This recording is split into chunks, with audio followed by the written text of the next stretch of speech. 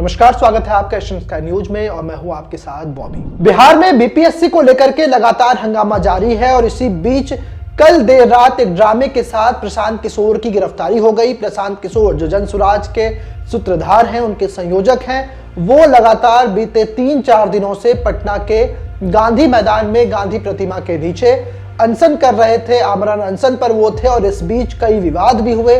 पटना प्रशासन का कहना था कि जो धरना स्थल गर्दनी बाग में तय है, आप वहां पर जाकर के विरोध प्रदर्शन करें, लेकिन प्रशांत किशोर और उनके अन्य सहयोगी लगातार पटना के उस गांधी मैदान में बैठे रहे।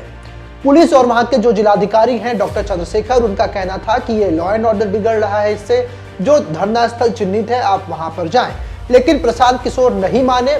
कल रात ऐसा क्या हुआ कि 2 बजे के करीब जो पटना पुलिस है, इसके अलावा तमाम जो अन्य बल हैं, उन्होंने गांधी मैदान को पूरी तरीके से घेरना शुरू कर दिया और सुबह 4 बजे पुलिस की एक टीम प्रशांत किशोर के पास पहुंची और उनसे कहा कि आप इस धरने को वापस लीजिए। अगर आप धरना खत्म नहीं कर रहे हैं तो फिर आप गर्दनी बाग जो धरना स्थल है वहां पर शिफ्ट हो जाएं। प्रशांत किशोर रात में वहीं पर मौजूद थे। उन्होंने ये कहा कि हम किसी भी सूरत में इस धरना को समाप्त नहीं करेंगे। इसके बाद पटना पुलिस ने जबरन प्रशांत किशोर को वहां से उठाने की कोशिश की। आप तस्वीरों में ये देख सकते हैं कि बिहार पुलिस के एक जवान ने प्रशांत किशोर को एक थप्पड़ भी मारा। इसके बाद पटना पुलिस पूरे दलबल के साथ प्रशांत किशोर को लेकर के वहां से निकल गई और उनके पीछे छात्रों का और जो जनसुराज के स्थानीय नेता थे जो धरना स्थल पर मौजूद थे, उनकी हुजूम उनके पीछे चलने लगी। उसके बाद प्रशांत किशोर को बकायदा पटना पुलिस ने एम्बुलेंस में बिठाया और अपने स्क्वाड के साथ वो उन्हें एम्स ले जाना चाहती थी, जहां पर उनकी जो है मेडिकल की जांच कराई जाए, क्योंकि 2 से 3 दिनों से प्रशांत किशोर भूखे थे, ऐसा उनका कहना है। लेकिन जो उनके समर्थक थे, उनकी भीड़ को देख करके पटना पुलिस ने अपने प्लान में सडन चेंज किया।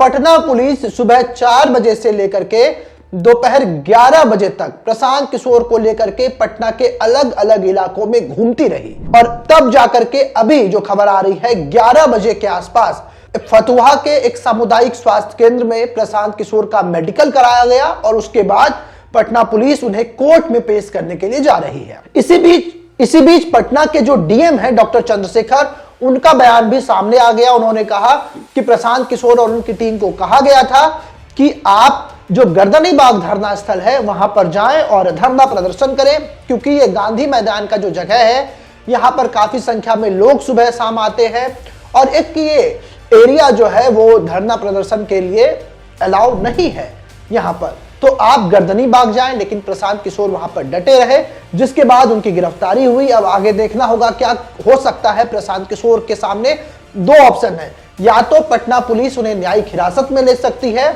या फिर जमानत पर प्रशांत किशोर छूट सकते हैं। सिर्फ प्रशांत किशोर ही नहीं, प्रशांत किशोर के अन्य सहयोगी भी इस वक्त पुलिस की गिरफ्त में है। अब आपको बता दें कि अभी से 3-4 दिन पहले जब बीपीएससी के छात्रों पर लाठीचार्ज हुआ था, वो गांधी मैदान से लेकर के सीएम हाउस तक मार्च कर रहे थे, उसमें प्रशांत किशोर को नामजद आरोपी बनाया गया था। यानी कि जो एफआईआर दर्ज हुई थी उसमें प्रशांत किशोर नामजद आरोपी हैं। यानी कि प्रशांत किशोर की जो मुश्किलें हैं वो अब बढ़ती जाएंगी, क्योंकि पिछले मामले में भी पुलिस को प्रशांत किशोर की तलाश थी, पुलिस उनसे पूछताछ कर रही है। इस बीच जो डीएम का बयान आया उसमें खास बात यह रही कि 43 लोगों को वहां से पुलिस ने हिरासत में लिया है, जिसमें अब तक 30 लोगों का वेरिफिकेशन किया जा चुका है। इसमें ना सिर्फ पटना बल्कि बिहार के अलग अलग जिलों से लोग शामिल थे।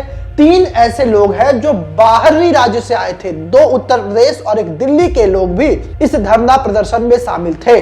डीएम का कहना है कि उस 43 में से जो 30 वेरिफिकेशन हुआ है उसमें भी एक भी कोई बीपीएससी का छात्र नहीं था।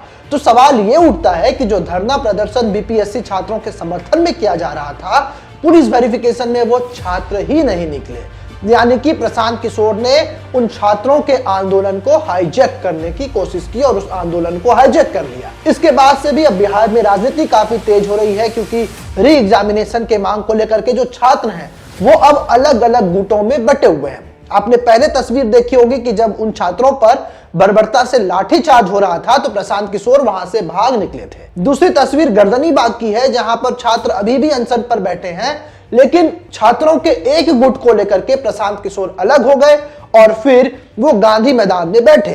तो बिहार में आंदोलन का सिलसिला, अनशन का सिलसिला, प्रदर्शन का सिलसिला लगातार जारी है। अब देखने वाली बात होगी कि प्रशांत किशोर, जिसे आज पुलिस ने गिरफ्तार किया है, क्या उसकी गिरफ्तारी बढ़ाई जाएगी या फिर आगे कुछ अलग ही तस्वीरें निकलकर देखी जाएगी। इस पर हमारी नजर बनी हुई है और ऐसे ही तमाम खबरों के लिए आप भी हमारे साथ बने रहें और देखते रहें एशियन स्काई न्यूज।